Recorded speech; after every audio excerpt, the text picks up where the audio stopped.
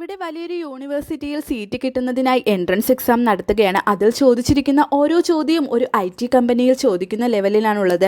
ഈ റൗണ്ടിൽ ചോദിച്ചിരിക്കുന്ന എല്ലാ ചോദ്യത്തിനും ഈ കൊച്ചുകുട്ടി ശരിയുത്തരം എഴുതുന്നു. ശേഷം അവിടെ വെച്ച് തന്നെ ആ പേപ്പർ വെരിഫൈ ചെയ്യുകയാണ്. ശേഷം അടുത്ത റൗണ്ടിൽ വേറൊരു ബിൽഡിങ്ങിൽ വെച്ചാണ് നടത്തുന്നതെന്നും അവിടെ വരുന്നവർ ഒരു പെൻസിലും എറേസറും മാത്രം കൊണ്ടുവരണം, അല്ലെങ്കിൽ ഡിസ്ക്വാളിഫൈ ചെയ്യുമെന്നും ടീച്ചർ പറയുകയാണ്.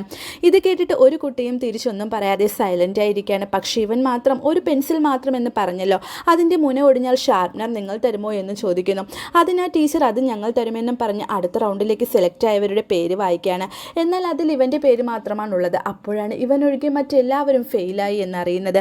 അങ്ങനെ അവൻ അടുത്ത റൗണ്ട് നടക്കുന്ന ബിൽഡിങ്ങിലേക്ക് പോകുന്നു. അവിടെ മുൻപ് നടത്തിയ റൗണ്ട്സിൽ സെലക്ട് ആയ കുട്ടികളും ഇരിക്കുകയാണ്. എന്നാൽ ഈ റൗണ്ടിൽ ആരും സംസാരിക്കാൻ പാടില്ല എന്നൊരു റൂളും പറയുകയാണ്.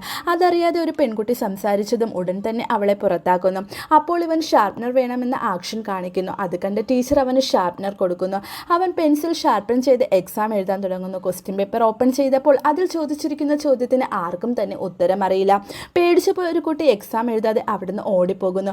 ഇവൻ ക്വസ്റ്റ്യൻ പേപ്പർ ഫുള്ളുമായി വായിച്ചു നോക്കുന്നു. അപ്പോഴാണ് മനസ്സിലാകുന്നത് ഫസ്റ്റ് പേജിലെ ചോദ്യത്തിന് ഉത്തരം ലാസ്റ്റ് പേജിലും, ലാസ്റ്റ് പേജിലെ ചോദ്യത്തിന് ഉത്തരം ഫസ്റ്റ് പേജിലും കിടക്കുന്നു. അത് കണ്ടുപിടിച്ചതും അവൻ പെട്ടെന്ന് തന്നെ എക്സാം എഴുതുന്നു.